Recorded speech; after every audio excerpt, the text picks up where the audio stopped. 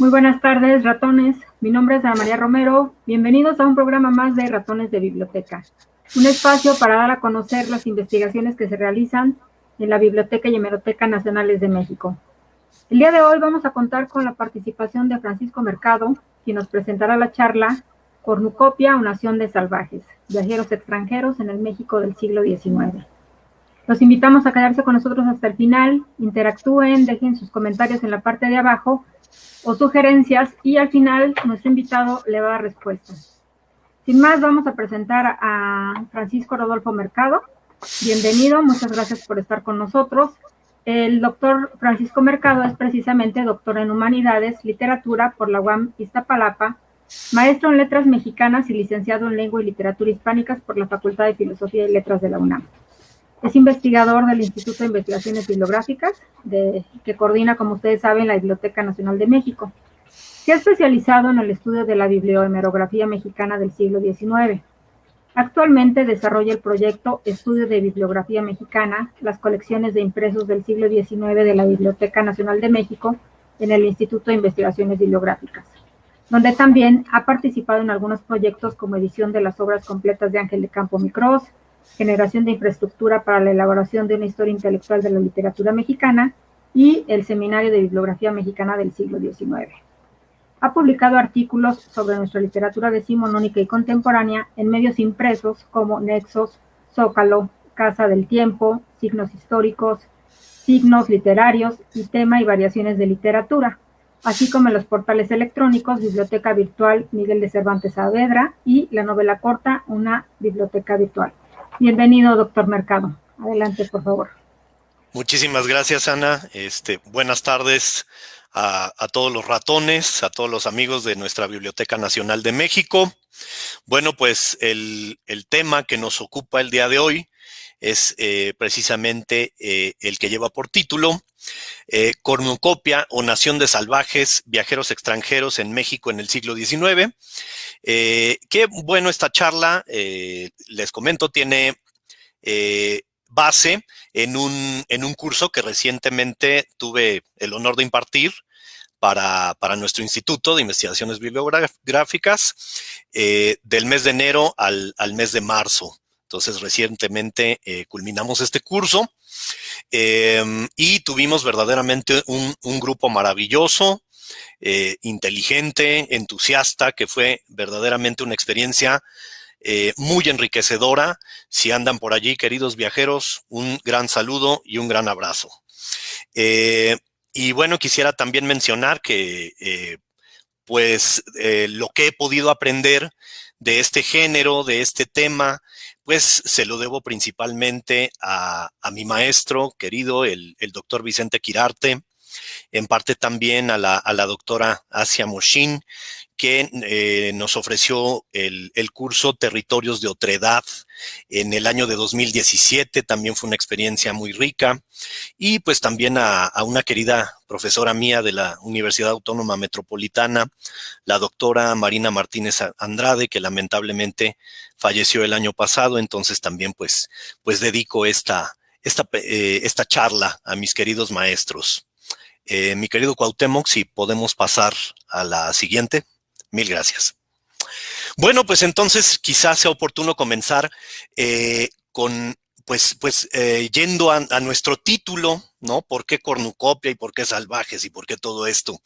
Bueno, si hablamos de esta cuestión de la cornucopia, ¿no? Del celebérrimo cuerno de la abundancia del que siempre hablamos los mexicanos, pues esto se remonta, por supuesto, a una concepción. Quizá hasta cierto punto podríamos hablar como de un mito, este mito de la cornucopia, ¿no? De la Nueva España como una tierra de promisión, una tierra de recursos inagotables, de infinitas riquezas, etcétera, ¿no? Que se remonta a esos siglos de nuestro virreinato. Y que, bueno, posteriormente, por supuesto, como sabemos, y en este año lo estamos celebrando nuevamente, viene nuestro movimiento de independencia, principalmente motivado por las ideas, que como sabemos, por las ideas de la Ilustración, y por los herederos de ellos, que son sobre todo pues el sector criollo de nuestra población novohispana. Y cuando se consuma nuestra independencia, como bien sabemos, en el año de 1821, hace precisamente 200 años, pues existe también, o se empieza en estas primeras décadas de la vida independiente a desarrollar un discurso criollo de justificación ante el hecho de que ahora México pues era una nación independiente, y que pues sobre todo este sector criollo de aquella población pues había llevado a cabo ese movimiento precisamente pues tratando de preservar, ¿no?, esa idea de la cornucopia, y además que ahora en manos de de los auténticos dueños de toda esa riqueza, pues iba a poder continuar proliferando, desarrollándose, enriqueciéndose más cada vez. Como sabemos, bueno, pues la realidad indicaba todo lo contrario, ¿no? Nuestras primeras décadas de vida independiente pues fueron de un enorme caos, problemas sociales, políticos, económicos y de todo tipo. Pero bueno, ese es por un lado, ¿no?, esta mitificación que existía aún en ese momento histórico, y que es la que pues se conoce en el continente europeo, ¿no?, que está difundida de alguna manera, y que por supuesto, bueno, ya desde décadas atrás, pero principalmente en esos primeros momentos de la vida independiente, causa un enorme interés pues en Europa, en Norteamérica, ya que sabiendo que el Imperio Español ha dejado ese vacío de poder en una nación que empieza a dar débiles pasos hacia su vida independiente, entonces, bueno, pues se despierta ese enorme interés por conocer, por hacer el inventario de lo que hay en en todos estos nuevos territorios independientes de Hispanoamérica, bueno, pues por supuesto, otras partes de nuestro continente. De manera que, pues ese interés que se despierta en aquellas naciones hegemónicas, ¿no?, de nuestra cultura occidental, pues es un interés científico, imperialista, por supuesto también, en el que se va a sostener, a reiterar continuamente pues la incapacidad que demuestran, ¿no?, los primeros gobiernos, las primeras élites que se hacen cargo de llevar a cabo, ¿no?, de poner las riendas a esa nueva vida independiente, y pues también la incapacidad con que cuentan para que México finalmente logre insertarse en ese concierto de las naciones civilizadas. Hay que recordar también que pues el siglo XIX puede decirse que es el gran siglo de los viajes, ¿no?, en palabras del doctor Vicente Quirarte. Se trata, el viaje comienza a concebirse como una experiencia, además de estética, quizá auténticamente epistemológica, prácticamente como toda una teoría del conocimiento, y son principalmente las figuras fundamentales del romanticismo inglés, como los poetas William Wordsworth, Samuel Taylor Coleridge y John Keats, quienes llevan adelante, ¿no?, toda esta faceta, esta nueva concepción del romanticismo, en la que tiene un papel preponderante el viaje. Por ejemplo, nos recuerda también el doctor Quirarte en su prólogo a los viajeros, a los republicanos en otro imperio, ¿no?, los viajeros mexicanos, principalmente en la ciudad de Nueva York y otras partes de los Estados Unidos. En ese prólogo nos recuerda que es precisamente John Keats, el poeta John Keats, quien dice que más vale ser un imprudente viajero que un prudente sedentario, ¿no? Entonces allí gran parte de la poética, ¿no?, de este siglo y de los ideales estéticos.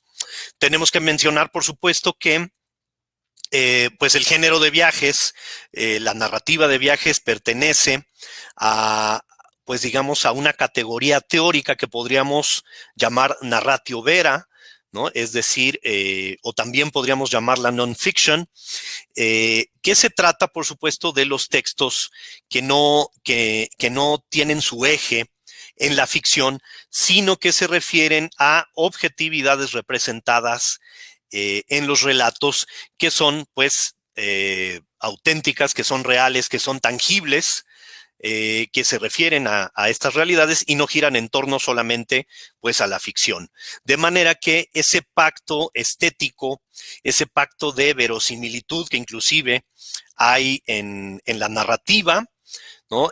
Principalmente, pues, en la narrativa realista, en el caso del género de viajes, pues va a existir también un pacto de veracidad entre el autor y el lector.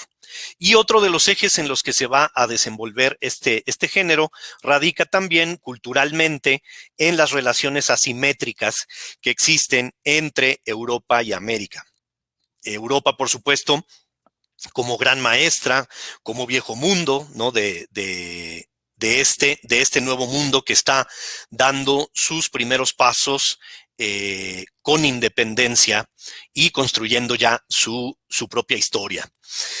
De manera que también atendiendo a la cuestión de los viajes de autores extranjeros por nuestro país, tenemos un precedente fundamental, insoslayable, que es nada menos que Alexander von Humboldt, por supuesto, y su ensayo político sobre el reino de la Nueva España, publicado en 1811. Que se encuentra, digamos, aún en esta estética, en esta postura epistemológica del viaje científico de la Ilustración, ¿no? Un viaje que, por supuesto, pone el enfoque en esta visión cientificista, neoclásica, ilustrada, en la que la taxonomía del mundo es fundamental, es decir, comenzar a observar el mundo y a clasificarlo con exactitud es, pues digamos, el objetivo principal que pues está muy bien vinculado, si lo pensamos, por ejemplo, con esta concepción que tenemos, que proviene del siglo XVIII, de que nuestra sociedad estaba dividida en castas. Y casi hay quien piensa, ¿no? Tal vez por sus lecciones de historia de la primaria, ¿no? Que casi en el acta que extendía, ¿no? la iglesia o cualquier tipo de registro del natalicio de las personas, decía ahí, por ejemplo, Francisco Mercado, Chino Cambujo, ¿no? O Francisco Mercado, salta para atrás.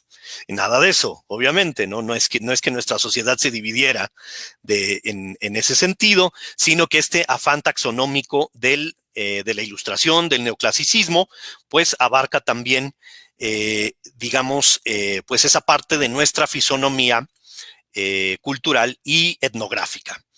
De manera que entonces este ensayo político sobre el reino de la Nueva España llega a constituir un referente libresco inevitable para viajeros posteriores. La siguiente, por favor, Cuauhtémoc. Humboldt, bueno, su obra sobre la Nueva España es verdaderamente, pues toca temas innumerables, lo estudia todo. Humboldt tuvo acceso a los archivos virreinales debido a las cartas diplomáticas que poseía y además a su carácter abierto y simpático, ¿no? Tuvo acceso a todo el conocimiento que pudo tener y verdaderamente, bueno, los datos científicos que él aporta en su relato, pues quizás se puede decir que son aún vigentes, muchos de ellos, y son esa primera visión auténticamente científica de nuestro territorio. Algunas de las cosas que se puede mencionar es que él, atendiendo a esa primera vertiente económica, ¿no? que abarca sobre todo nuestra vida virreinal, considera que la minería pues es la actividad económica que tiene la mayor prioridad en este país, pero más adelante en su texto pues considera que debería de ser más importante el tratamiento que se da a la agricultura, esto atendiendo a la teoría de la fisiocracia, ¿no? Cuyo gran teórico pues es el francés François Quesnay, Y esto atiende, por supuesto, a que también Humboldt pues, había sido de algún modo discípulo intelectual de Adam Smith, ¿no? Por supuesto, el autor de La riqueza de las naciones y quien también en este gran ensayo que inaugura el pensamiento económico moderno, pues habla también uno de los grandes ejes de la economía en su momento, pues es la fisiocracia, es decir, todos los bienes materiales y los satisfactores que provienen del entorno natural. De manera pues que el ensayo político sobre el reino de la Nueva España constituye este referente libresco que es fundamental, no se puede dejar de lado en absoluto, y prácticamente todos los viajeros extranjeros posteriores en nuestro país, pues tocan base, ¿no? en la lectura de Humboldt y se apoyan en él, sobre todo en la cuestión de las aportaciones científicas que hace. Podemos también continuar nuestro recorrido ya en la década de 1820, ya hablando pues del Imperio Mexicano, ¿no? de nuestros primeritos años como nación independiente. Tenemos un viajero norteamericano que es el enviado plenipotenciario, que todavía no embajador propiamente, pero enviado plenipotenciario del gobierno de los Estados Unidos, Joel Robert Poinsett, quien escribe publica notas sobre México hechas en el otoño de 1822.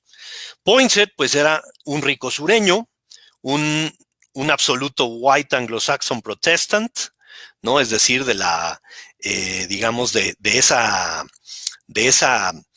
cepa, ¿no? De esa élite norteamericana, blanca, pues que se atribuye, ¿no? ese papel de élite sobre la nueva nación que empieza a descollar como una de las más poderosas del mundo. Podemos quizás hasta llegar a interpretar, a percibir a este viajero como un espía, como un emisario de la doctrina Monroe en Hispanoamérica, ¿no? La que sabemos que bien que reza América para los americanos, de manera que pues el gobierno de Washington durante todo el siglo pues luchó para evitar que las naciones europeas poderosas tuvieran injerencia en las nuevas naciones hispanoamericanas. Inclusive, ¿no? Obviamente por su filiación, debido a su filiación republicana, Iturbide, el emperador Iturbide lo mira con recelo, le niega la entrada a nuestro país, pero sin embargo Santana, que pues ya es para entonces un personaje militar prominente, ¿no? Importante, le ofrece su protección y pues logra que Poinsett pueda ingresar a nuestro país por el puerto de Veracruz. Una de las partes importantes, notables de su relato se refiere a la entrevista que tiene con el propio emperador Iturbide, donde Iturbide hace un elogio inclusive del sistema político norteamericano, pero considera que pues no es, dadas las condiciones y los rasgos de la población mexicana, pues no, es un sistema político que no es conveniente para nosotros, ¿no? Evidentemente, pues el conveniente era el imperio, ¿no? La monarquía. Y en esta ocasión de la entrevista, pues Poinsett nos dice que percibe en Iturbide a un hombre inseguro en su mirada. Llegan a él, pues, relatos, ¿no? Por informantes que él tiene, de que fue, pues, uno de los jefes militares más crueles con los patriotas. Eso considera Poinsett. Y lo califica también, pues, de un trato agradable y pródigo, ¿no? Quizá como dentro de la más acendrada tradición hispánica. Nos dice también Poinsett en su texto que Iturbide pues está principalmente sostenido por la soldadesca y por los empréstitos que ya ha empezado a contraer con el gobierno de la Gran Bretaña, en lo cual tiene mucho que ver el primer embajador extranjero que hay en México, que es precisamente Henry George Ward, que es otro de los viajeros extranjeros de esa misma época, que también deja testimonio de sus impresiones sobre nuestro país y que constituye, ¿no? digamos, la principal o la principal némesis de Joel Robert Poinsett, ¿no? En esta pugna que empieza a haber entre el gobierno británico y el gobierno norteamericano para lograr pues mayores oportunidades económicas, comerciales en toda Hispanoamérica. De manera que pues Poinsett es es enviado plenipotenciario del presidente John Quincy Adams, es instruido para comprar Texas, pero es rechazado por Lucas Alamán. Pero también lo apoya para que pueda lograrse el establecimiento de algunos colonos norteamericanos en Texas. Lo apoya para esto Lorenzo de Zavala. Y otros de los textos que comienzan a ser también importantes y de los cuales se sirve también Poinsett para su texto son pues los jesuitas novohispanos que van al exilio en Italia y que escriben sobre la Nueva España, ¿no? Sobre todo, pues, la obra de Francisco Javier Clavijero. Y, por supuesto, se sigue basando en la obra de Humboldt. El texto de Poinsett, pues, constituye un informe minucioso para el gobierno de Washington y en 1828, cuando pugna por la presidencia Vicente Guerrero, Poinsett lo apoya y obviamente, bueno, logra una magnífica relación con este brevísimo gobierno de Vicente Guerrero, y en 1829, año en que Vicente Guerrero precisamente es aprendido y fusilado, bueno, aprendido apenas, fusilado un poquito más adelante, pero Poinsett es expulsado del país. Digamos que toda la animadversión que muestra en su texto, en sus ideas, Poinsett, pues va en contra principalmente del catolicismo, ¿no? Y considera, pues, que está en la práctica de ¿no? Como buen protestante, pues considera que allí radica, pues, todas las rémoras y todo y radican allí todos los problemas que tiene esta sociedad para comenzar su auténtico desarrollo. La siguiente, por favor, Cuauhtémoc. Mil gracias. Más adelante tenemos otro de los libros maravillosos escritos por extranjeros que estuvieron en nuestro territorio nacional, que es el de Madame Calderón de la Barca, que lleva por título La vida en México durante 2 años de residencia en ese país.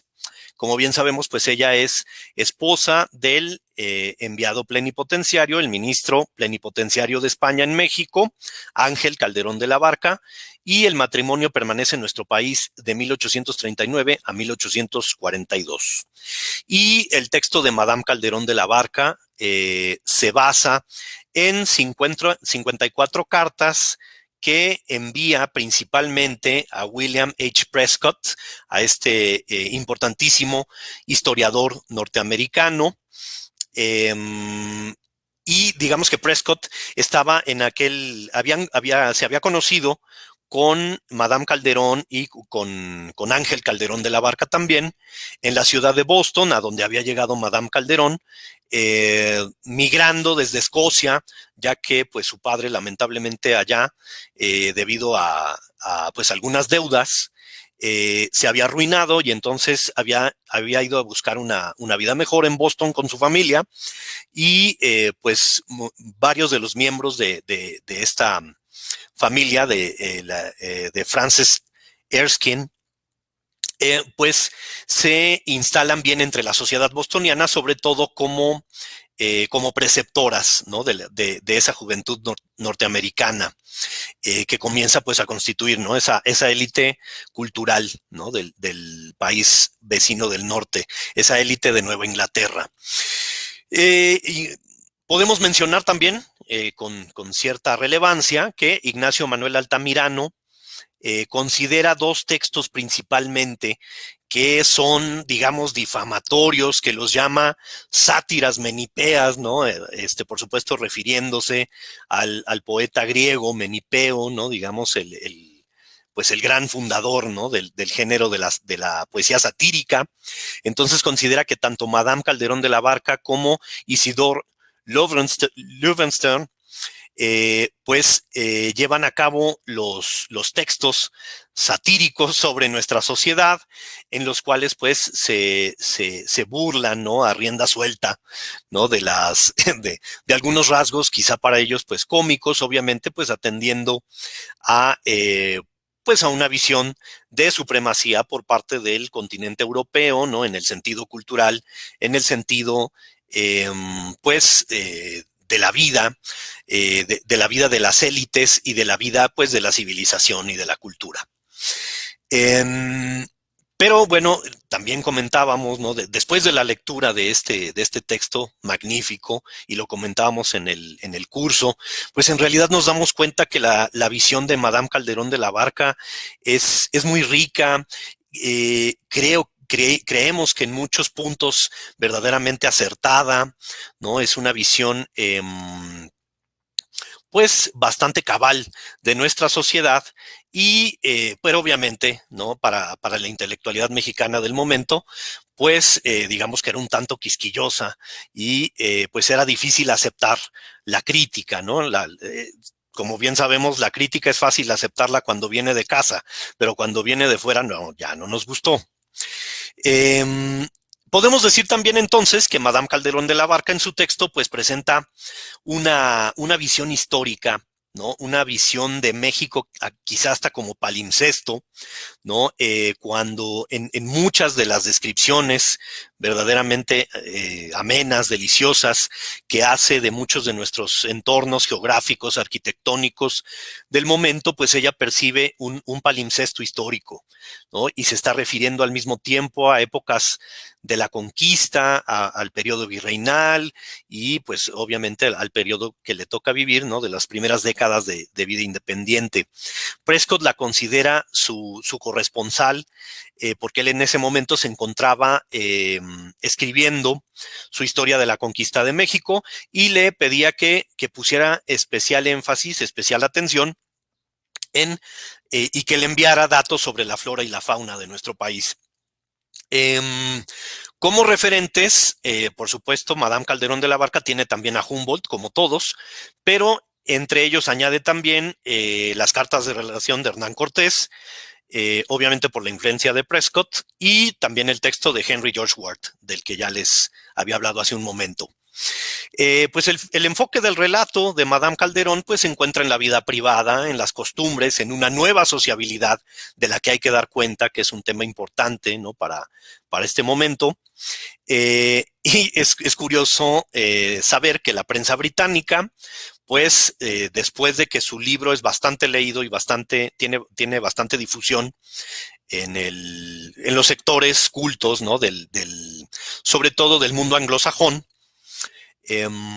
la acusan de hispanización, de tropicalización y de indulgencia, ¿no? Por ejemplo, ante costumbres verdaderamente bárbaras como las corridas de toros, como el hecho de que las damas de la alta sociedad fumen cigarrillos, etcétera, ¿no? Diversos aspectos de los que da cuenta Madame Calderón.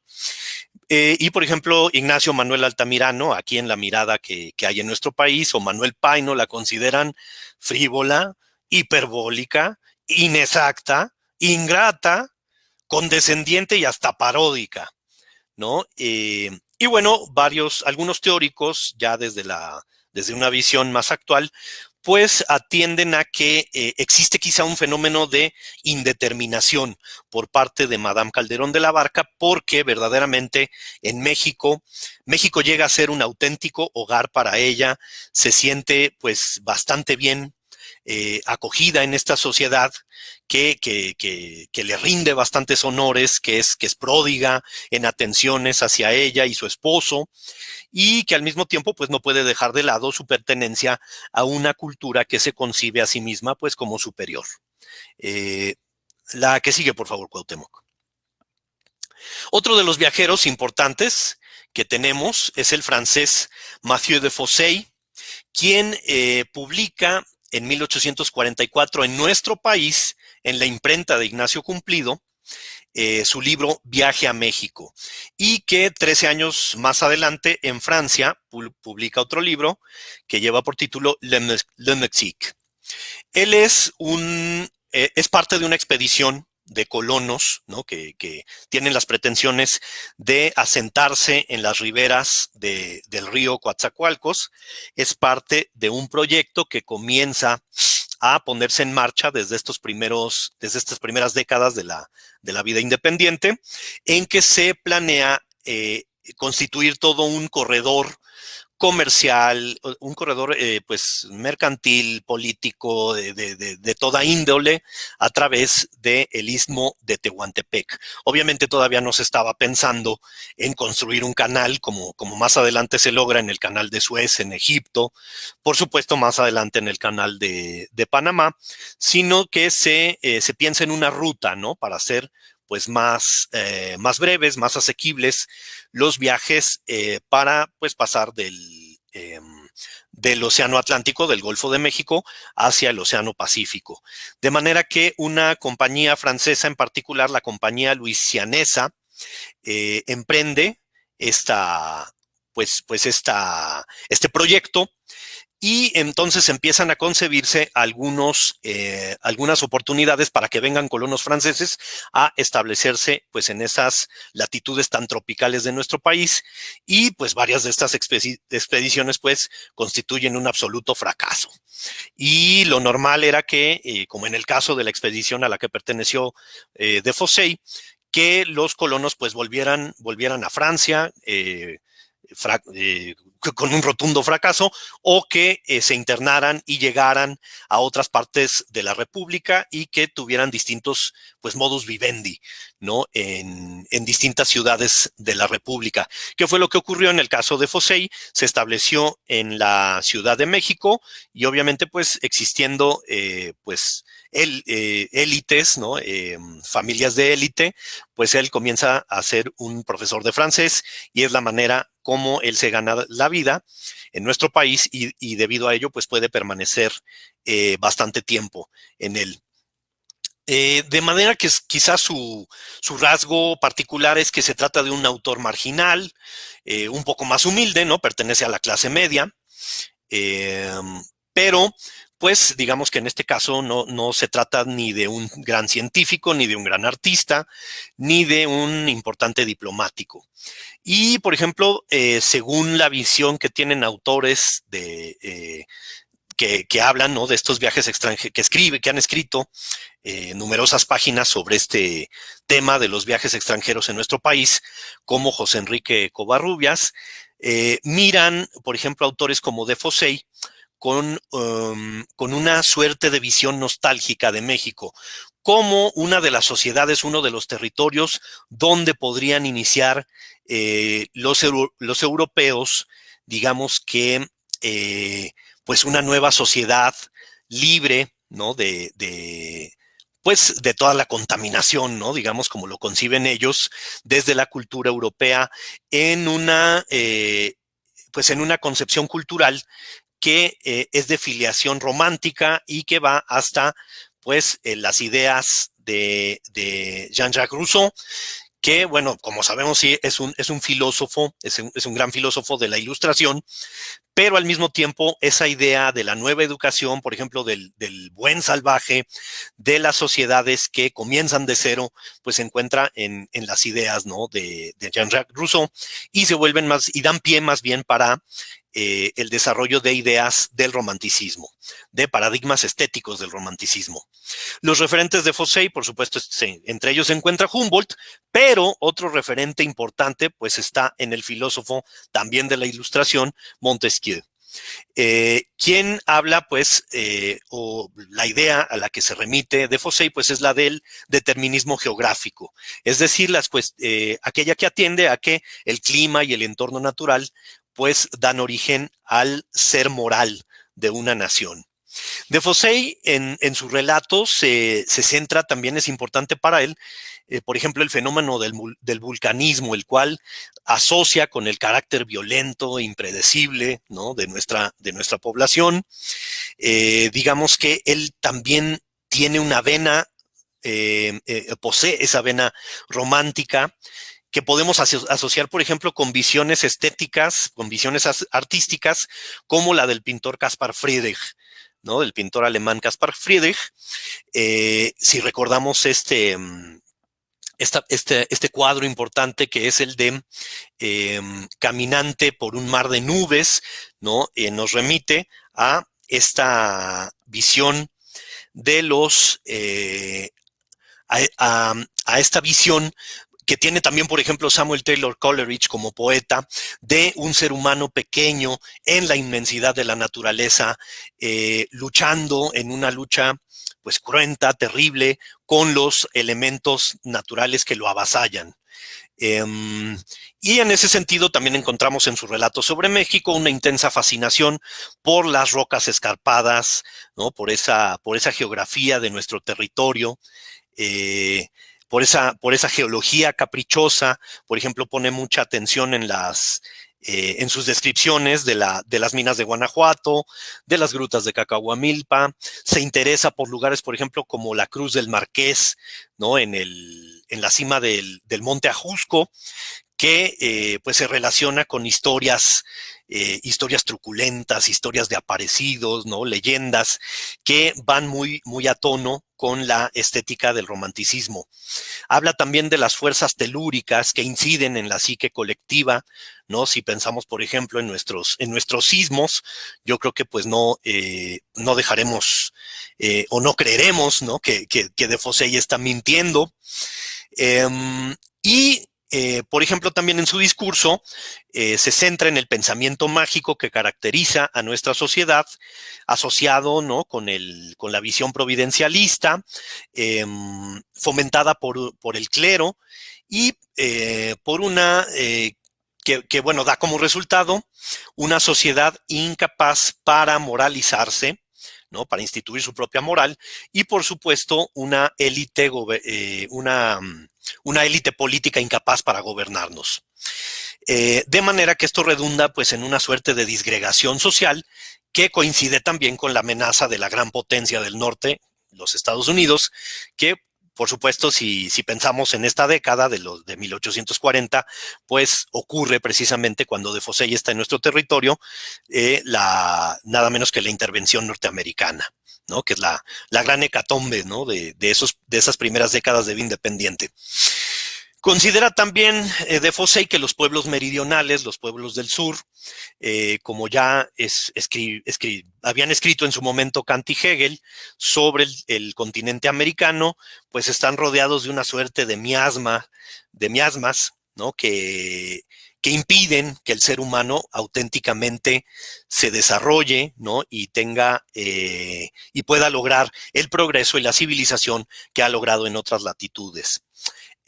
Considera también que existen muchas rémoras de la vida virreinal, que prolifera un descrédito a las capacidades del individuo cuando es inteligente, cuando es industrioso, y que lo que prevalece pues es una constante admiración de los poderosos, que no permite, por supuesto, la permeabilidad social.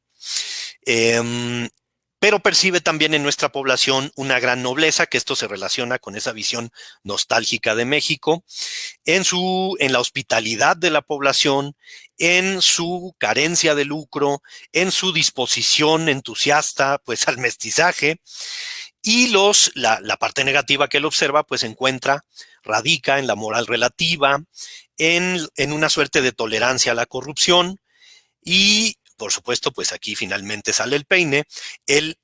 Su discurso se aboca pues a legitimar la intervención de Francia en nuestro país en contra de esa enorme ambición que se cierne sobre nuestro territorio por parte de los Estados Unidos.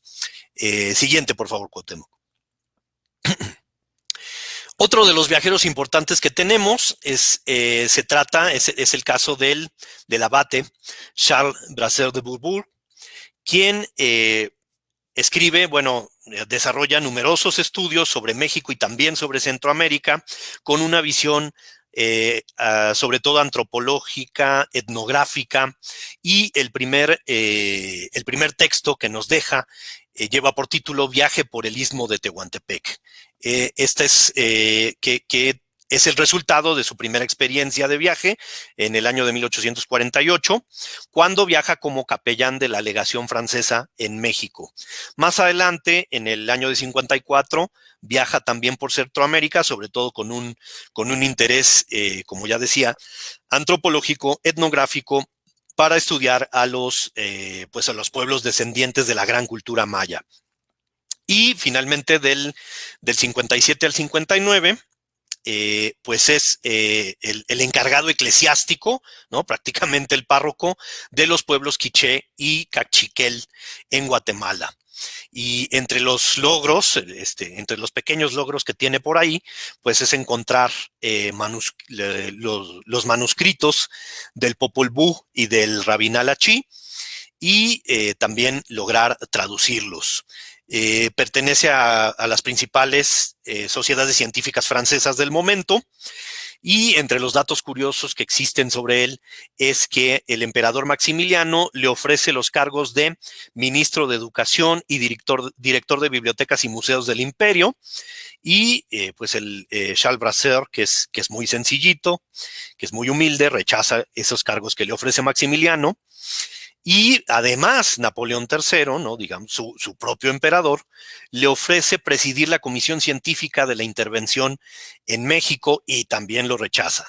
Lo único que sí acepta es la medalla de la Orden de Guadalupe por parte de Maximiliano. Es también un importante bibliógrafo. En sus viajes por la península de Yucatán encuentra manuscritos muy importantes para desarrollar la historia de la península de Yucatán, y pues en algunos de sus ensayos históricos es quien comienza a hablar, o de los primeros que comienzan a hablar, de eso que se considera a finales del siglo XIX o en la segunda mitad del XIX, principios del XX, el supuesto egipticismo de las culturas mesoamericanas, ¿no? Esas similitudes que muchos estudiosos encuentran con entre el antiguo Egipto y las civilizaciones de Mesoamérica, y que encontramos también más adelante en un ensayo importante para nuestra cultura, que es El perfil del hombre y la cultura en México, de nada menos que de Samuel Ramos. Este primer viaje que hace en 1848, y que tiene por resultado este texto, este libro, Viaje por el Istmo de Tehuantepec, es auspiciado por el ministro de Instrucción Pública de Napoleón III, nada menos. Entonces, pues Brasseur se embarca en el vapor Coatzacoalcos. Imagínense, ¿no? En ese tiempo, pues todavía en estas latitudes de nuestro país existían existían ríos que eran navegables, ¿no? Por algunas, en algunas partes de su extensión. Y de esta manera, bueno, pues Charles Brasseur se va trasladando por esto, se va internando en estos territorios, sobre todo para llevar a cabo estudios sobre los indígenas de Oaxaca, de quienes pues nos ofrece pues varios rasgos, varias caracterizaciones, como su inteligencia pragmática, lo que él llama una calma engañosa, y denuncia también en su texto los abusos que comete la compañía luisianesa en su explotación de los indígenas. Nos habla también de la enorme pugna y animadversión social que existe entre el sector mestizo y el sector indígena de la población en ese momento de nuestra historia. Y es el primero que habla de la distinción de nuestras etnias, ya que todo mundo, bueno, sobre todo, digamos, entre mexicanos en general, y dejando de lado, por ejemplo, algunos de los grandes bibliógrafos y bibliófilos de la época, ¿no? Como podrían ser Joaquín García Casbalceta, José Fernando Ramírez, los primeros grandes anticuarios. Ellos pues ya habían emprendido, ¿no?, los primeros estudios sobre nuestro pasado prehispánico, pero en general era una materia de la que bastante se desconocía y muchos se imaginaban nada más, o se exaltaba sin bases.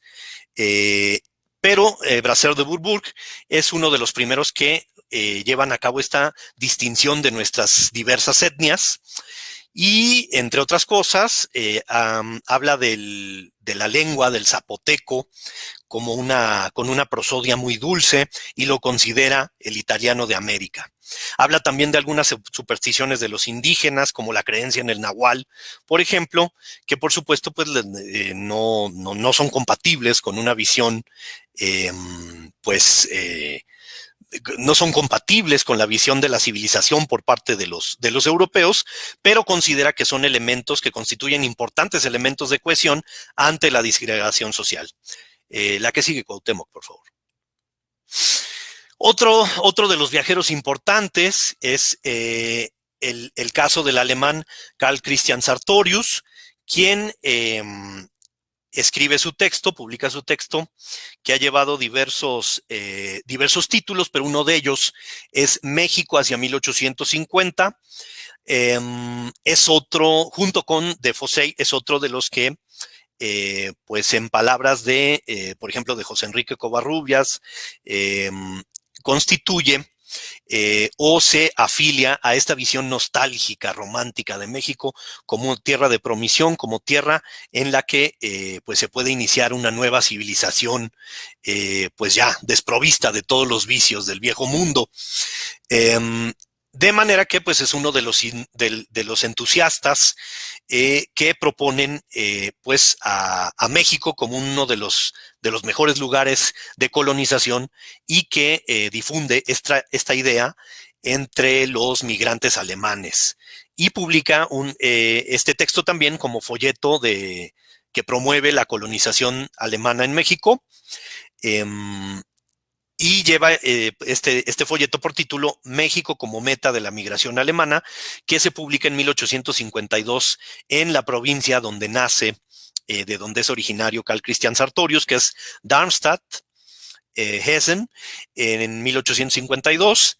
Y el ilustrador es un pintor importante también de esta primera mitad del siglo XIX, que es Johann Moritz Rugendas, que es un pintor que lleva a cabo también numerosas visiones románticas, folclóricas de nuestra nación, de nuestros paisajes, etcétera, y es quien ilustra el folleto de Karl Christian Sartorius. De modo que tuvo pues verdaderamente un ilustrador de lujo. Sartorius propone que México es, por ejemplo, mucho mejor que los Estados Unidos como lugar de migración porque aquí no existe el riesgo de perder la identidad. La identidad se puede preservar perfectamente. Los referentes de Sartorius, pues es nuevamente Alexander von Humboldt y también Montesquieu, al igual que en el caso de Mathieu de Fossey. En estas ideas que vinculan la moral con el entorno físico y geográfico.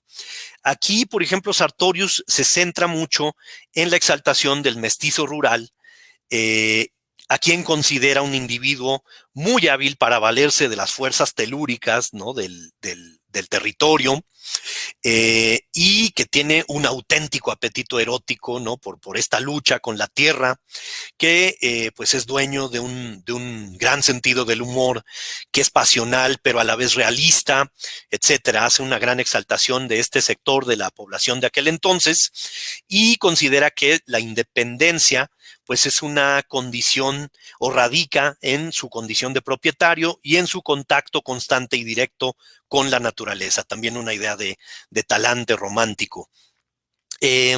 Sartorius se constituye, bueno, es en su momento, en su tierra, él es hijo de un pastor protestante, obviamente, y es un rebelde en contra de las reformas agrarias en estos territorios alemanes que lleva a cabo el gobierno del canciller Metternich.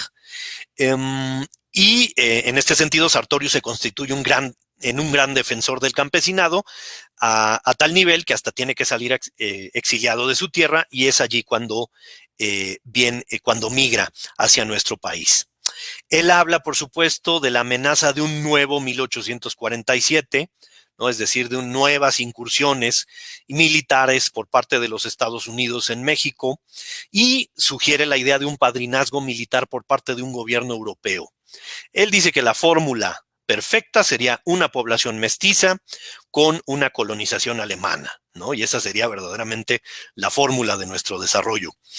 Y considera, quizá con bastante acierto, que en esa época, pues el gran tumor del país se encuentra en la clase castrense y en los constantes privilegios y en los constantes golpes y azonadas militares que lleva a cabo y que provocan pues el caos y el empobrecimiento de la nación constantemente, ¿no? Durante las décadas en que él vive en nuestro país, que por cierto es bastante tiempo, es de 1850 a 1872.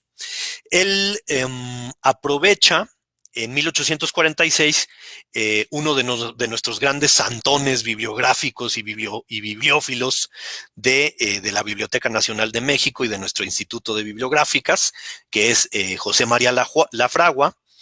Él propone una nueva ley de colonización hacia 1846, de la cual se vale Sartorius para migrar y que es favorable a los colonos alemanes. Él considera también que la vida urbana en general es abúlica, es parasitaria, y él pugna más, obviamente, por el desarrollo en la vida rural.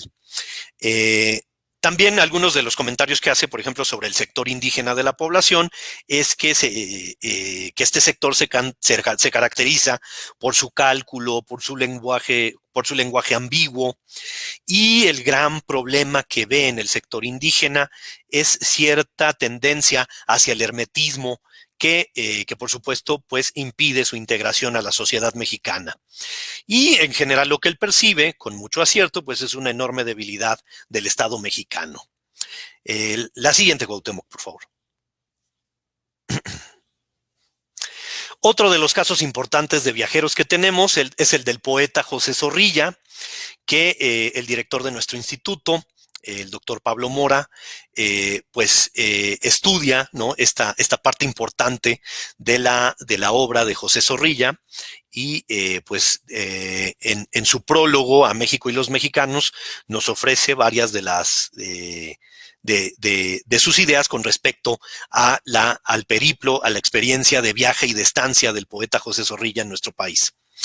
Es el primer texto de literatura mexicana, el que escribe México y los mexicanos, que forma parte de un texto más extenso, que es La Flor de los Recuerdos, y que constituye en una de sus partes más amplias el primer texto de literatura mexicana desde la independencia y escrito desde la visión de un extranjero. Zorrilla considera al Valle de México como el panorama, en sus palabras tal cual, el panorama más risueño y más espléndidamente iluminado que existe en el universo, ¿no? Que coincide también con esta visión que conocemos de modo tan reiterado en la cultura, ¿no? Que es la visión más transparente del aire, ¿no?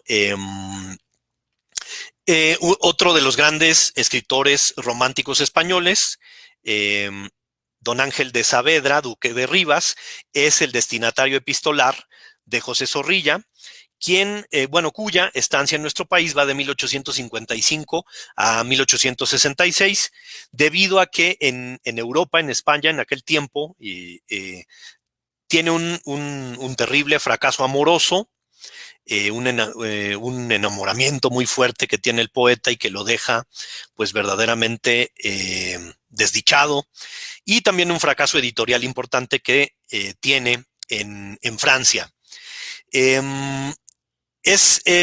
Recibe, o más bien tiene una gran recepción en México por parte de los literatos mexicanos, tanto de filiación política liberal como conservadora, de tendencias estéticas románticas como neoclásicas o casticistas, o que se encuentran en la búsqueda de una literatura nacional, etcétera. Pero todos esos poetas mexicanos lo reciben con gran beneplácito, con bombo y platillo, podría decirse.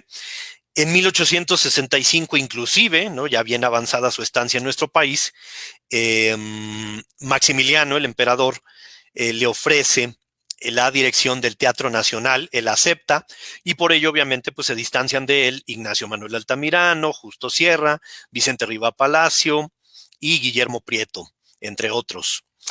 En el 67, ¿no? En el año de la restauración de la República, del fusilamiento de Maximiliano, por supuesto, él escribe y publica un libro que se vuelve,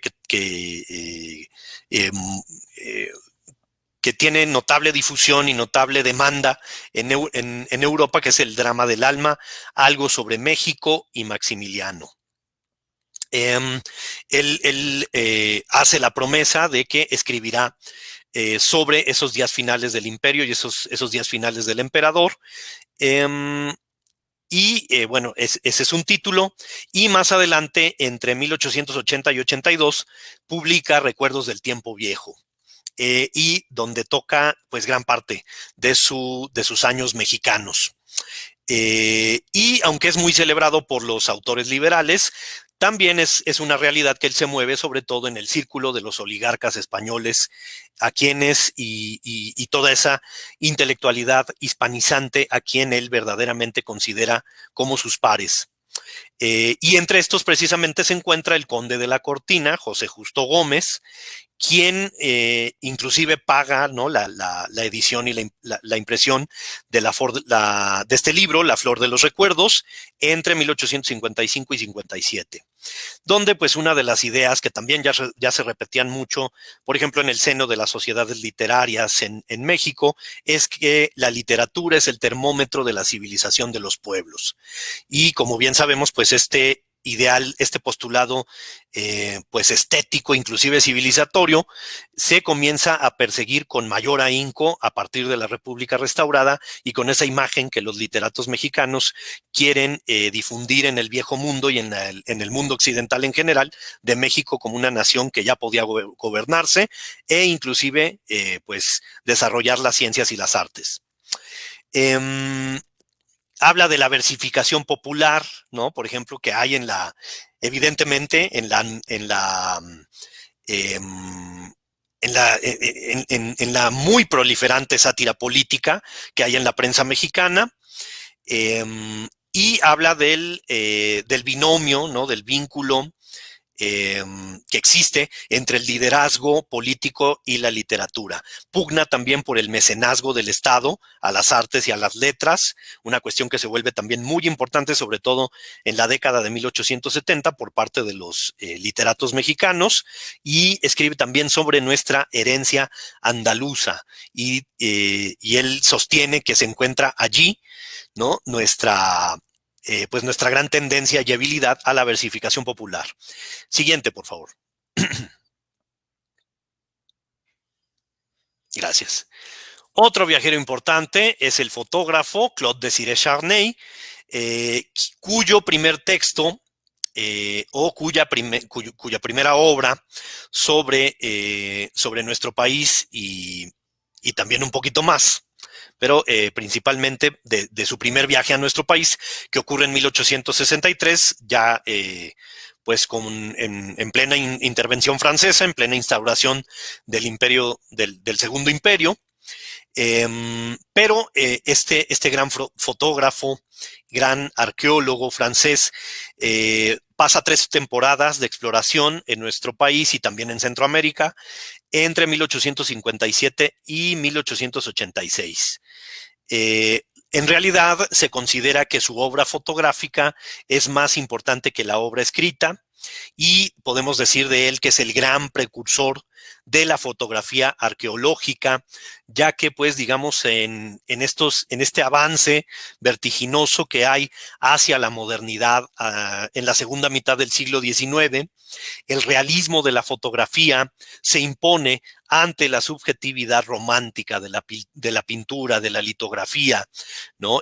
Pues estas interpretaciones visuales tan subjetivas, personalísimas, que pasan por el tamiz, ¿no? de la percepción y de la conciencia de los autores, dejan lugar más bien al realismo de la fotografía como un auténtico testigo, y que pues lleva ahora sí que las imágenes tal cual hasta los ojos del lector que percibe que está interpretando el texto y al mismo tiempo decodificando esas nuevas imágenes.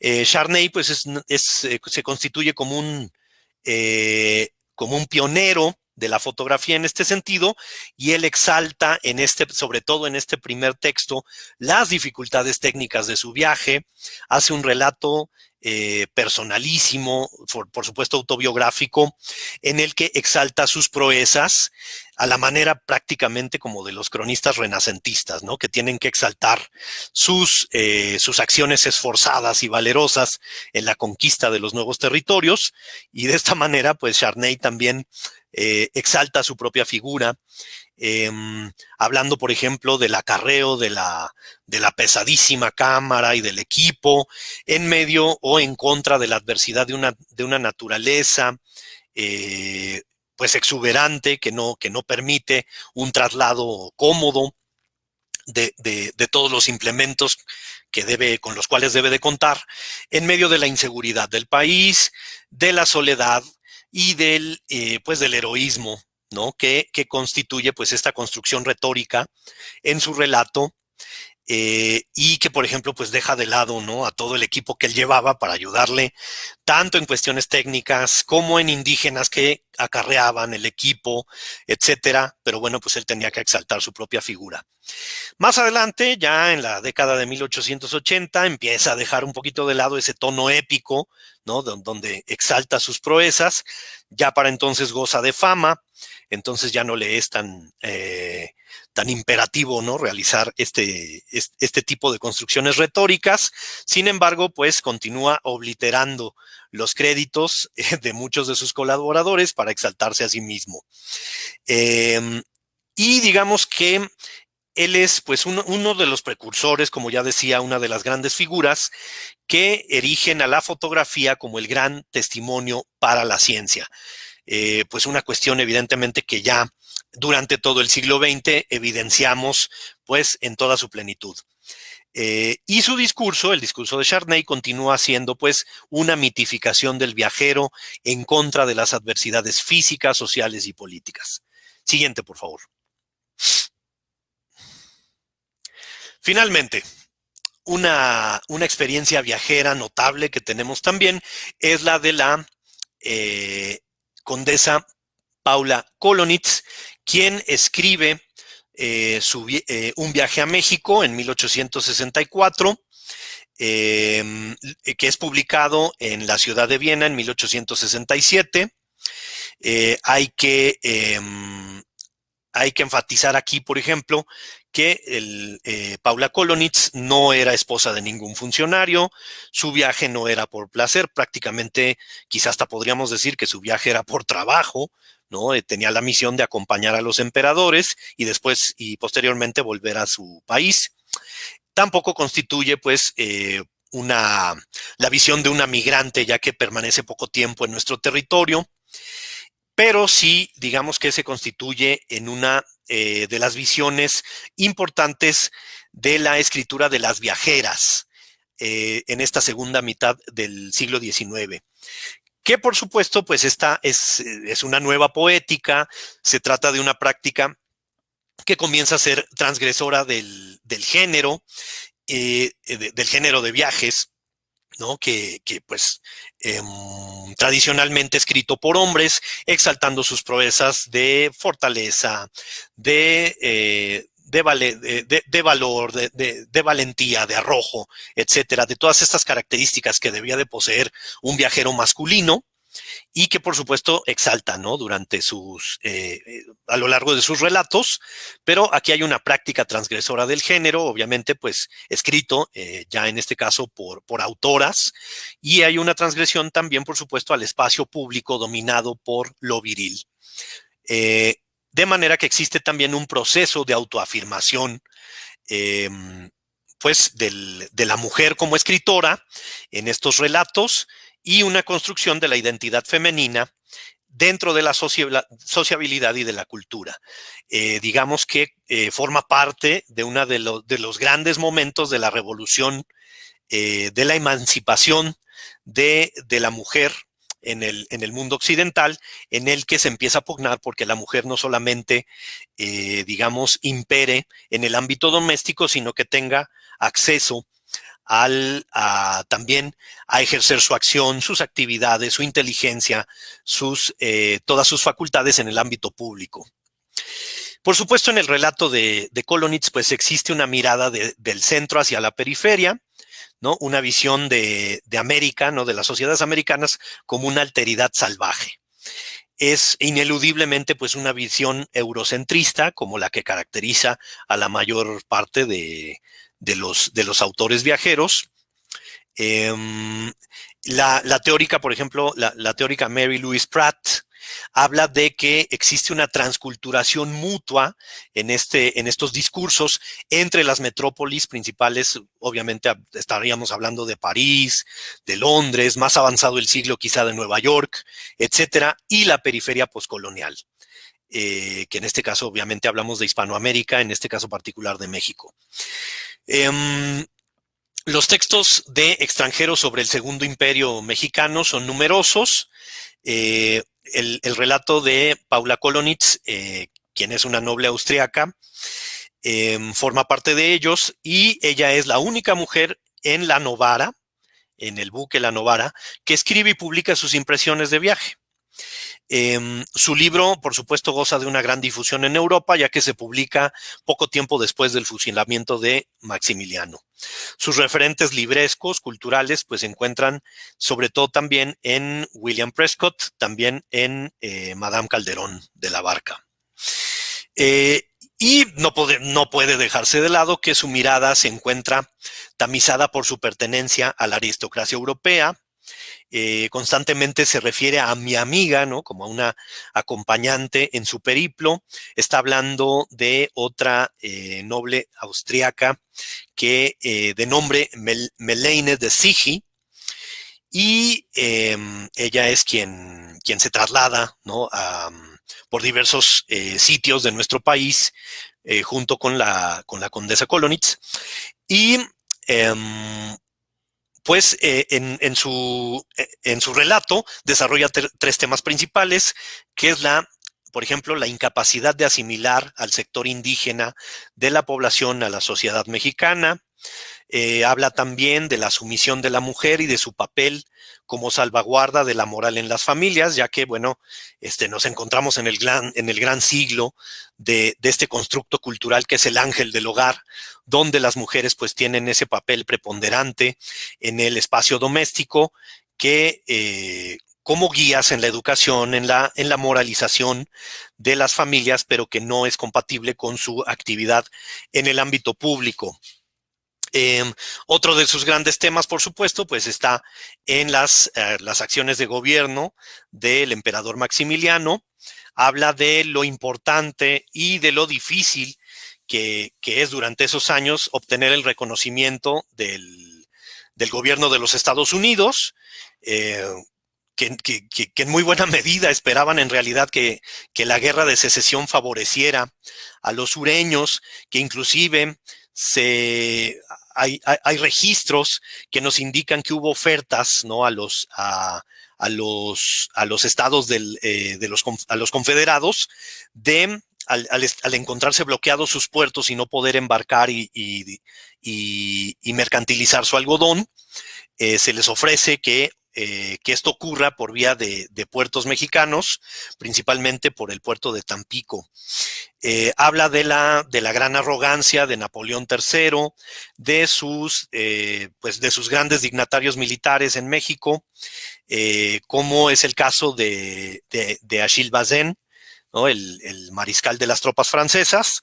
Habla también de las guerrillas liberales, de las guerrillas republicanas, que están obteniendo en todo momento victorias importantes, y en general, sobre todo, pues, de una suerte de ineptitud y de corrupción en la clase burocrática de la que se tiene que rodear el emperador Maximiliano, pues porque no puede, obviamente, dejar de lado ese contubernio que tiene la élite conservadora en sus vínculos tanto con Napoleón III como con el propio emperador Maximiliano.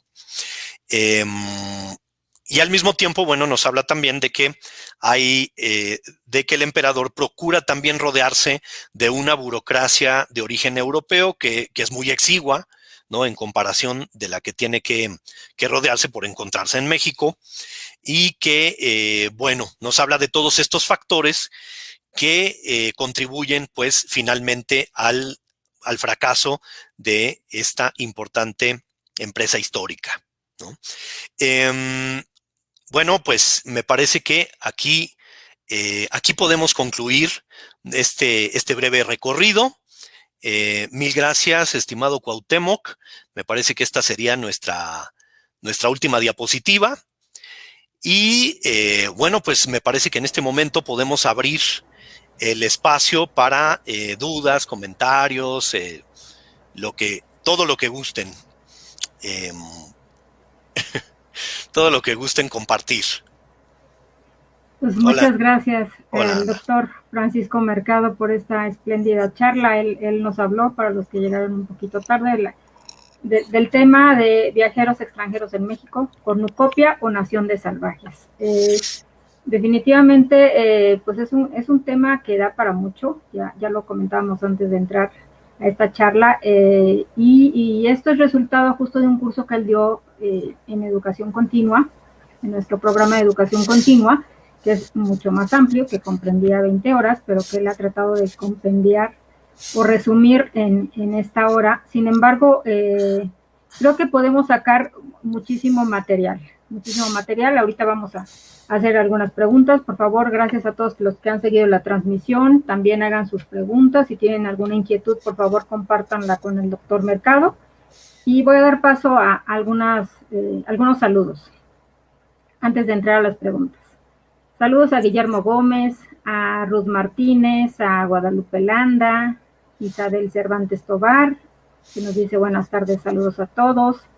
A Ansara Báez, buenas tardes. Charini José, José Luis Guerrero también nos dice saludos ratones. A Socorro Romero, saludos. Diana Frank Beck, el curso es buenísimo, ampliamente recomendable. Estamos de acuerdo porque yo también lo tomé y de verdad muy, muy bueno. José Luis Rojas Martínez dice buenas tardes y con el gusto de escucharlo y verlo nuevamente, apreciado doctor Francisco Mercado. Eduardo Hidalgo Olea nos dice buena tarde, es un gusto escucharlo. José Luis Guerrero nos da una serie de puntos, el viajero y la ciudad, providencialismo, Juana Cata, inmigración alemana en México, que son algunos de los temas que trataste en la charla. Diana Frank Beck nos dice, queremos segunda versión del curso, nos faltó la Western y otros viajeros. Tiene razón, Diana, sí, claro que sí. Sí, ¿verdad? Vamos a planearlo, pero probablemente el siguiente año, efectivamente, como mencionamos, son algunos de los viajeros que se trataron, pero hay mucho por decir. Claro que sí. Sí, sería magnífico poder tener una segunda parte, Ana, Diana, bueno, pues yo creo que vamos a tratar de conformar pues una nueva experiencia, ¿no? Y pues sí, porque hay verdaderamente material ingente, ¿no? Para hablar de este tema, ¿no? Sería la segunda invitación al viaje, porque ya hicimos un primer viaje que, bueno, pues fue justo en pandemia, pero muy, muy bueno. Diana Angélica nos dice, Zorrilla también dijo, quien no ha visto México desde Chapultepec no ha visto la tierra desde un balcón del paraíso. Qué maravilla. Qué claro maravilla, sí. ¿No? Sí, sí. Irma Sánchez, muy bonita frase de Zorrilla, bueno, estamos de acuerdo. Abigail García, buena tarde, muy interesante su plática, gracias. Y bueno, vamos a seguir ahorita con los saludos y quisiera preguntarte, Paco, para los que no están muy familiarizados con este tipo de viajeros, ¿cómo era hacer un viaje en el siglo XIX? Es decir, ¿cómo llegaba el viajero a México desde Europa? ¿Cuál era la ruta que debían seguir? ¿Nos puedes comentar un poco de esto? Pues era en realidad pues bastante, quizá, bueno, si pensamos en el viaje en barco, pues era quizá hasta menos azaroso que el viaje por tierra, ¿no? Por supuesto, pues ya había pues numerosas líneas, ¿no? de transporte marítimo.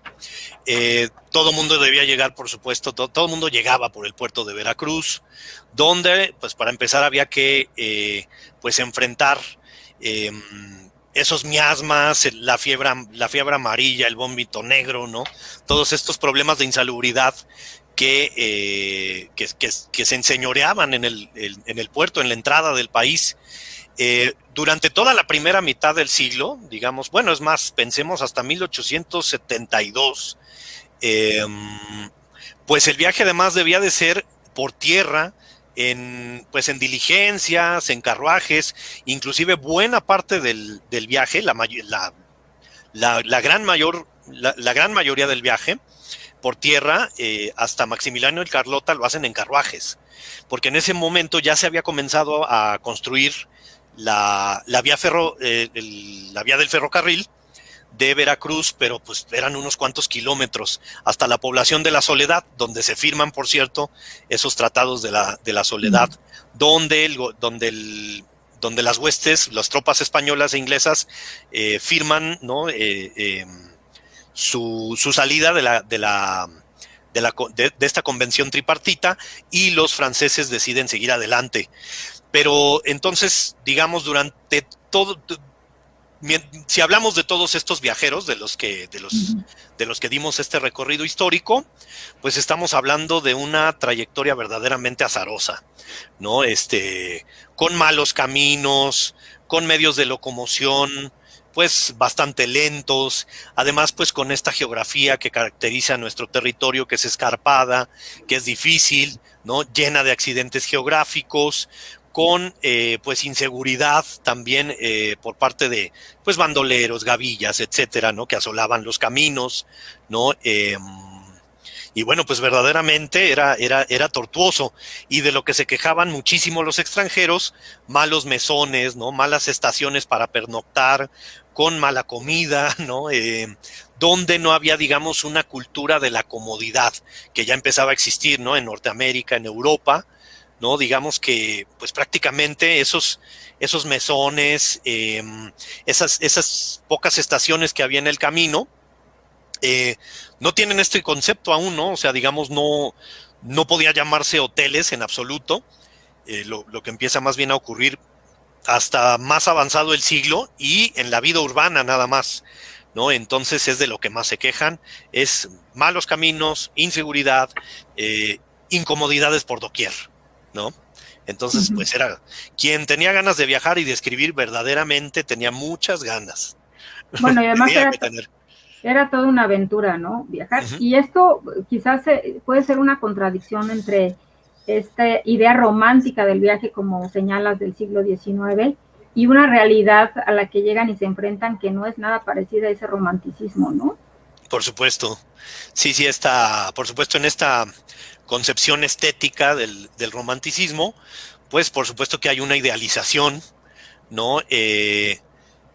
Hay una idealización y además una idea subjetiva de todo lo que se percibe, ¿no? En realidad, pues lo que nos ofrece la pintura, la litografía y pues varias de las artes visuales y de los procesos artísticos, editoriales, ¿no? Son visiones muy subjetivas, y además en los propios relatos, bueno, muchas veces se habla de estas incomodidades, pero también cuando se habla de las bellezas, pues hay también un espíritu de exaltación romántico, ¿no? Y sobre todo, pues lo que hay es mucha subjetividad, ¿no? Que se encuentra dentro de estos paradigmas estéticos románticos. Así es. Y por ejemplo, hablando ya de esta subjetividad, ¿encuentras alguna diferencia entre estos viajeros masculinos que mencionas, que dejan sus testimonios, a diferencia de estas dos viajeras, Madame Calderón de la Barca y la Condesa de Colonitz, en esta escritura, o no? A mí me parece que, por ejemplo, también los dos textos, los dos viajes y los dos textos, ¿no? De Madame Calderón y de Paula Colonitz, son distintos. Madame Calderón pues permanece un poco más de 2 años en nuestro territorio, y Paula Colonitz pues en realidad unos meses, de manera que sus visiones son distintas, pero lo que sí considero junto con la mayoría de las teóricas que empiezan a hablar del viaje femenino o de los textos femeninos de viajes en el 19, es que por parte de ellas quizá yo diría que hay visiones más objetivas y sobre todo más volcadas hacia el exterior, y que no hay no existe de manera tan señalada una autoexaltación como existe en los viajes de los hombres, ¿no? O sea, siempre esa autoexaltación, como ya decía, ¿no? De los conocimientos, de las lecturas, del ser valeroso, del ser arrojado, ¿no? Del enfrentar adversidades, dificultades, etcétera. Yo creo que allí hay una diferencia importante. Y también con cierta visión que por parte que en los discursos femeninos, yo diría, hay sí, bueno, acusan a Madame Calderón de la Barca y también a Paula Kolonitz de cierta frivolidad y de trivialidad. Yo creo que son un tanto injustos, y por supuesto pues son las opiniones de los grandes varones, ¿no? De la literatura y de la cultura nacional en ese momento. Pero en realidad por parte de ellas hay una visión más comprensiva, más compasiva de la alteridad, ¿no? Por ejemplo, en algunas visiones por ejemplo, de los indígenas, de los léperos, ¿no? De los sectores humildes de la población, se percibe mucho mejor en los textos de las autoras, yo pensaría, pues. Muy bien, pues sí, es que además yo creo que siempre escribir sobre el otro, también escribimos sobre nosotros mismos, ¿no? O sea, por supuesto. Bueno, vamos a continuar con los saludos. Edwin Alcántara nos dice: hemos tenido un fascinante y amplio viaje por el siglo XIX con esta conferencia. Felicidades, doctor Mercado. Y tenemos una pregunta: ¿qué rasgos o singularidades hay en la escritura de las viajeras? Me adelanté, querido Edwin. Fanny Calderón y la condesa Kolonitz parecen ser observadoras, especialmente agudas y un poco irónicas. Perdón. Así es, pero sí, tiene mucha razón el maestro Alcántara. Yo creo que principalmente ellas, ¿no? Tal como lo señala, son observadoras, son agudas, y sí, también son irónicas, cosa que no les perdonan, ¿no? Por ejemplo, Altamirano y Paino, ¿no? Pero sí, pues precisamente en esos comentarios irónicos, pues hay hay una evidencia, ¿no? Muy bien construida, ¿no? De esa, pues de ese poder, de esa facultad de observación tan notable, ¿no? Que tienen estas autoras. Y que puede decirse que está por encima de muchos viajeros, de autores varones. Y que probablemente tengan otros intereses, ¿no? Al escribir. Sí, seguramente. Yo, sobre todo, Ana, también como te reitero, creo que hay quizá un interés más genuino, ¿no? De narrar y de escribir esa nueva realidad, de tener ese encuentro con la otredad, que el que hay por parte de los autores hombres, que en muchos casos pues también buscan esa autoexaltación y ese protagonismo dentro del relato. Claro, y reconocimiento, porque escriben para otros. Por supuesto. Bueno, sí. Y nos dice José Luis Guerrero: gracias, doctor Mercado. Dan Bartré nos dice: felicidades al doctor Mercado por ser tan brillante guía. Estamos de acuerdo. César Ortiz. Muchísimas gracias. Triana, saludos de Yautepec. Isabel Cervantes nos dice: felicidades, doctor Mercado. Su curso me abrió importantes vetas de investigación basadas en las publicaciones de viajeros. Mil gracias. Querida doctora. Sí. Quien nos escribía de Yautepec, uno de mis pueblos favoritos de Morelos. Pues muy bien, con mucho calorcito ahorita. Sí, muy rico, sí. José de Jesús Arenas: felicidades, doctor Mercado. Mil gracias, querido amigo. Saludos, José. Ruth Martínez: ¿fueron solo 2 mujeres o fue cuestión de tiempo que no se incluyeron más?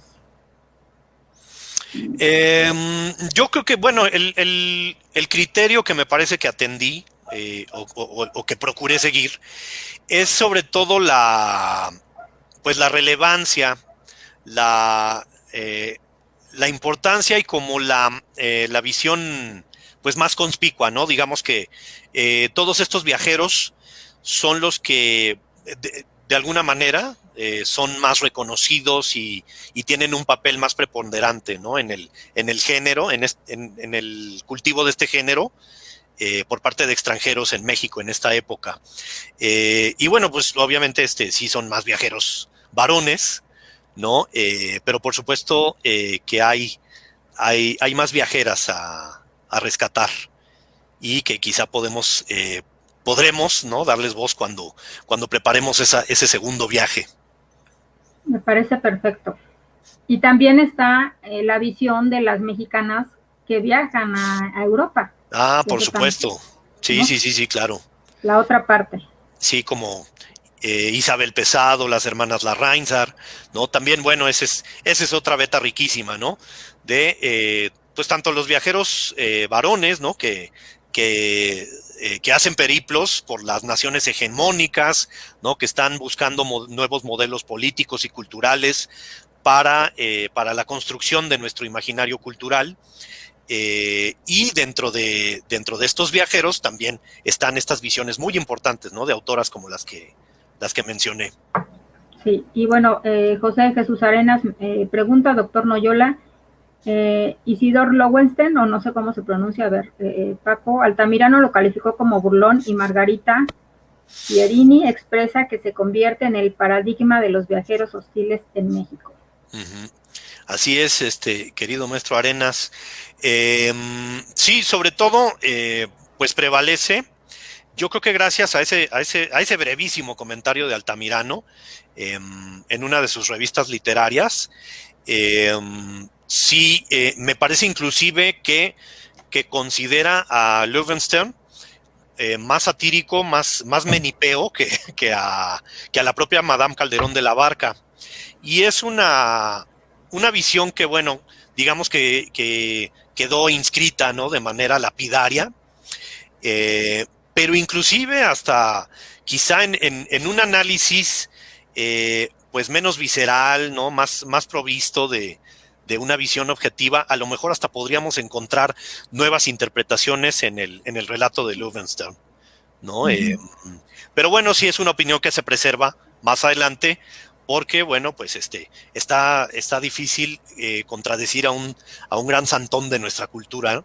Decimonónica como es Ignacio Manuel Altamirano. Claro. Y bueno, a ver, me gustaría hacerte dos preguntas. ¿Cuál sería, dentro de este común denominador, la mayor cualidad que citan los viajeros extranjeros de los mexicanos en su obra? Si hubiera alguna cualidad. Uh-huh. Yo creo que lo que más reiteradamente se señala es la hospitalidad. Y una cosa que a mí me encanta, la belleza de los ojos de las mujeres, ¿no? Ah, muy bien. Cosa que a mí me parece absolutamente cierta. Muy bien, la hospitalidad, bueno, seguimos siendo hospitalarios los Sí, que mexicanos. además Todavía tenemos fama de eso, ¿no? es cierto. Y yo también, bueno, a mí me llama mucho la atención y es también rasgo que se repite a lo largo de estos relatos, pero que sostienen con mucha vehemencia, por ejemplo, de Fossey y Sartorius, que es esa propensión, digamos, como muy generosa y muy libre hacia el mestizaje, y todavía una ausencia de la cultura del lucro, ¿no? Uh-huh. Y otra cosa que sostienen continuamente, pues es como ese relativismo moral, ¿no? Que nos lleva pues, a tener continuamente gobiernos corruptos en el siglo XIX, y pues esa situación social, política, pues de caos y de que la nación es constante botín, ¿no? De los ambiciosos y de quienes lucran, ¿no? Con una búsqueda honesta de construir una nación Uh-huh. que auténticamente prevalece en muchos de nuestros grandes ideólogos, líderes políticos y culturales de la centuria. Que de hecho esa era mi siguiente pregunta, que cuál es justo el mayor defecto que ven en sus obras.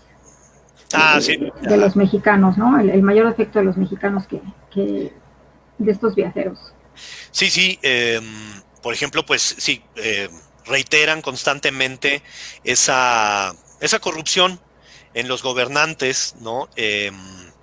Por allí Madame Calderón de la Barca, ¿no? Inclusive narra un episodio en que Juan Yáñez, que es el ayudante militar de Santana, se entera de que un ciudadano prominente va a enviar un carruaje con valores importantes y como pues algunas autoridades militares y políticas tienen acceso a ese tipo de información, pues tienen también acceso al, al robo de estos valores, ¿no? Y de esa manera pues hay una corrupción terrible y muy señalada, ¿no? De que inclusive el bandidaje, ¿no? Que el hecho de que los caminos inseguros sean tan inseguros y que no se pueda desarrollar, por ejemplo, la libre empresa, etcétera, pues obedece precisamente al contubernio de la delincuencia con las autoridades corruptas, ¿no? Y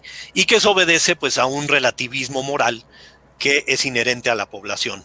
Esas son las visiones que ellos tienen, ¿no? En muchas Por supuesto. ocasiones. Uh-huh. Muy bien. Bueno, José Jesús Arena sigue comentando, además de Joel Robert Poinsett y Isidor Lowenstein, ¿qué otros viajeros fueron de los malosos? Nos dice él. Por llamarlos de alguna manera.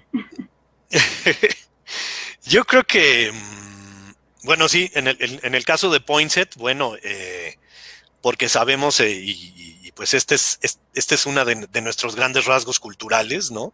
Y que ya empezaba a hacerlo desde ese momento, pues vemos en la doctrina Monroe y en las ambiciones norteamericanas sobre México, pues una de las grandes, pues, adversidades para nuestro desarrollo, ¿no? Pero ¿qué otros malosos? Yo creo que principalmente ellos. Y la verdad, en la mayoría de las ocasiones, yo creo que ocurre como en el caso de Madame Calderón de la Barca, que las interpretaciones son un tanto hiperbólicas. Cuando ellos están tratando de ser, en muchas ocasiones que están tratando de ser objetivos, obviamente pues la crítica no agrada, ¿no? Y siendo pues una cultura neonata, ¿no? Y pues somos o éramos en esa época sumamente quisquillosos, ¿no? No podíamos con la crítica, ¿no? Y yo creo que principalmente en el caso de ellos, ¿no? Claro. Por supuesto, pues hay casos como el de Achille Bazin o Dubois de Saligny, ¿no? Varias de las altas jerarquías militares francesas, pues también los podemos considerar viajeros malosos, ¿no? O, pero bueno, de los que dejan testimonio escrito, pues yo creo que Poinsett y Lowenstein, pues sí son yo creo que los más importantes. Muchas gracias. Nos dice Irma Sánchez. Morales, excelente exposición. Muchas felicidades, doctor Mercado. ¿Volverá a impartir el curso? Yo creo, Ana, que pues estamos pensando en desarrollar una segunda parte, ¿no? Este año de conmemoraciones históricas, pues en general nos tiene bastante ocupados y tenemos mucho trabajo en eso. Por eso no podemos prometer que pueda llevarse a cabo pronto, pero vamos a pensar en nuevos trabajos, nuevos temas, nueva bibliografía, etcétera, para desarrollar esta segunda parte que a mí me encantaría que sí pudiera lograrse. Sí, muchas gracias, Paco. Pues sí, vamos a ver si en el próximo año planeamos otro curso, la segunda parte, o bien el mismo curso para los que no pudieron tomarlo. Como dice el doctor Mercado, la Biblioteca Nacional está enfocada a las conmemoraciones de los 500 años y los 200 años de la consumación de la independencia, entonces vamos a tener muchas actividades relacionadas con estos temas. Así es. Ansara Ibáez nos dice sobre la obra de Maximiliano aus Meinen-Leben, ¿se ha contemplado en la literatura de viajeros? Tal parece que la obra de Kolonitz tuvo mayor alcance. Gracias por su espléndida presentación. Siempre es un gusto escucharlo. Atentamente, Andrea. Sí, mil gracias. Yo creo que Kolonitz, ¿no? El periplo de Kolonitz es el más difundido en Europa, el el texto que tiene mayor demanda, obviamente porque es prácticamente, bueno, ocurre casi por poquitos meses, ¿no? Su publicación con respecto al fusilamiento de Maximiliano. Y yo creo que en el caso de la obra del emperador, pues como ocurre, ¿no? Con mucha frecuencia en nuestra cultura, pues obviamente sufre cierto soslayo, pues por ser precisamente el autor, pues uno de nuestras, siempre con cierta visión maniquea, ¿no? Por parte por parte de nosotros, por parte de nuestra cultura, como pues uno de los grandes villanos, ¿no? De la historia de nuestro país. Yo creo que quizá en ello radica, ¿no? Es un factor para que así sea, pero yo diría que sí, la obra sobre el imperio, ¿no? Sobre esos años, o bueno, sobre esa época más difundida es la de Kolonitz. Y, y tú, Ana, conoces bien también a otros viajeros de ese momento, ¿no? Pues Que también son algunos. importantes. Uh-huh.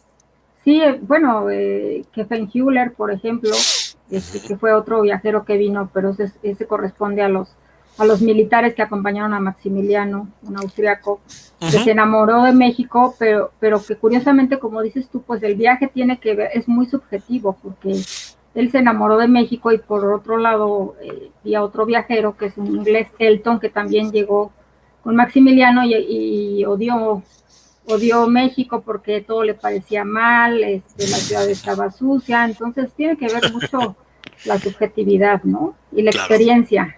Claro, claro. Pero perdón, adelante. Muchas gracias, Ana. Yo creo que hay un factor teórico que, bueno, es uno de los que mencionan reiteradamente, ¿no? Los teóricos de la narrativa de viajes, pues es esa constante relación asimétrica entre Europa y América, ¿no? Entre centro y periferia cultural, ¿no? Muchos de esos viajeros, pues, vienen y están esperando que haya las mismas comodidades, que la arquitectura sea tan magnífica, tan fastuosa como lo es en las capitales europeas, ¿no? Que por ejemplo, que las élites mexicanas, ¿no? Que las clases acomodadas tengan los mismos conocimientos de protocolos aristocráticos, etcétera, que como ocurre en Europa, y pues por supuesto nada de esto es así. Y eso motiva pues muchos de estas visiones decepcionadas, peyorativas, etcétera, que hay con respecto a México durante en todo el siglo, ¿no? Por parte de estos viajeros. Claro, y sí, pues es una visión marcadamente eurocentrista, ¿no? Por supuesto. De los relatos. Por supuesto, así es. Nos dice Diana, también está el de la princesa Agnes de Salzburg, ¿es cierto? Que por supuesto. Claro, y el libro de su esposo, con ellos ya van dos viajeros pendientes para la siguiente parte del curso. Claro que sí, pues Diana, que es toda una experta en el género, que nos mande todas sus propuestas, porque bien que podemos confiar en ella. Tenemos tiempo para armar la segunda parte del curso, pero efectivamente llegaron muchos viajeros acompañando a Maximiliano. Así es. Sí, y se escribieron muchos testimonios sobre sus experiencias en el Segundo Imperio mexicano. Es cierto. El doctor Alejandro González nos dice, el doctor Mercado siempre nos deleita con sus conocimientos y la pasión con que los comparte. Es evidente que disfruta mucho lo que investiga. Muchísimas gracias, querido Alejandro. Y pues sí, así es. ¿Algo que quieras compartir, Paco, con el auditorio? ¿Algo más? Pues yo creo, Ana, finalmente, pues reiterar que parte de la gran riqueza cultural, literaria, histórica y en todo sentido de nuestro siglo XIX, pues radica en todos estos procesos culturales, ¿no? Que se encuentran, bueno, más bien dentro de los cuales la literatura de viajes tiene un papel fundamental, ¿no? Tanto como que se construye por el lado de la otredad que nos visita y de nosotros cuando vamos a visitar a la otredad, ¿no? De manera que yo creo que se va configurando y consolidando un imaginario cultural de nuestra nación por parte más bien como resultado de ese cruzamiento cultural y por ello, pues este género es tan rico y nos aporta, ¿no? Nociones y visiones tan importantes para considerar, pues, en nuestro primer siglo de formación nacional, de formación cultural, ¿no? Y yo creo que pues es importante. Yo siempre me quedo con esa frase de la que me hablaba, me reiteró muchas veces el doctor Quirarte, ¿no? Que no recuerdo bien, Neftalí Beltrán, que es el traductor del libro de Paula Kolonitz, dice, bueno, lo que muchos consideran que es una autora trivial y lo mismo que con Madame Calderón, que es hiperbólica, que su visión es peyorativa, etcétera, pero pues es que es eso, la crítica viene muy bien, ¿no? Cuando nosotros criticamos al tonto de la familia o al tonto del pueblo, pues lo podemos hacer con toda libertad, pero cuando la crítica viene de fuera, viene de la alteridad, entonces ya no nos gusta, ¿no? Pero yo creo que gran parte de toda esta visión por parte de los viajeros extranjeros, pues nos ayuda, por supuesto, a tener una visión más acertada, más integral de lo que fue ese primer siglo de vida política y cultural de nuestro país, ¿no? Claro. Entonces, pues, yo invito a todo el auditorio a que busquen estos textos, a que los disfruten, que traten de interpretarlos y que los consideren como una beta riquísima, ¿no? En la conformación de nuestro imaginario nacional, ¿no? En la búsqueda de nuestra identidad, que es un camino en el que siempre estamos y quizá nunca llegaremos ¿no? al destino final. Claro, y bueno, además decirles que estos textos, todos estos testimonios se encuentran como parte del acervo de la Biblioteca Nacional, ¿eh? Estos Por supuesto. Están ahí. Si algún día quieren consultarlos, pueden ir a revisar el material. Y pues estoy completamente de acuerdo contigo. No solo el imaginario, contribuyen estos textos al imaginario nacional, sino también al imaginario que se tenía de México en Europa, ¿no? Esta visión que se tenía de los mexicanos. Exactamente. Y empiezas con una pregunta, y yo esta pregunta te la quiero hacer. ¿Qué predomina en estos viajeros? ¿La cornucopia o la nación de salvajes? Ya, vamos a terminar con esto. Híjole, Ana, yo creo que está la balanza todo el tiempo un poquito y hay una constante alternancia retórica, ¿no? Yo creo que nunca gana ni la cornucopia y tampoco gana la nación de salvajes, ¿no? Pero bueno, quizá en momentos particulares de la historia, como es por ejemplo 1867, ¿no? Que es un auténtico parteaguas, ¿no? Yo creo que a lo mejor sí se fue más para abajo la balanza y sí ganó la nación de salvajes, ¿no? Hay momentos, ¿no? En todo este contexto en que verdaderamente, pues sí, como que se va un poquito más para allá, se inclina hacia allá. Muy bien, pues muchas gracias por tu respuesta, gracias por la charla. Escuchamos al doctor Francisco Mercado, quien nos habló sobre viajeros extranjeros en México en el siglo XIX. Gracias a todos por haber seguido la transmisión. Los esperamos el próximo jueves con otra charla de ratones de biblioteca. Recuerden, la cita es a las 6 de la tarde y nos va a acompañar la próxima semana el doctor Mario Humberto Ruz, quien abordará el tema de oraciones y conjuros en la Guatemala colonial.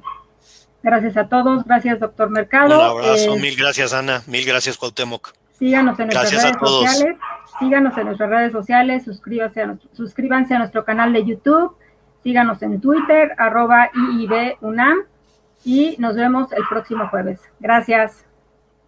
Hasta luego.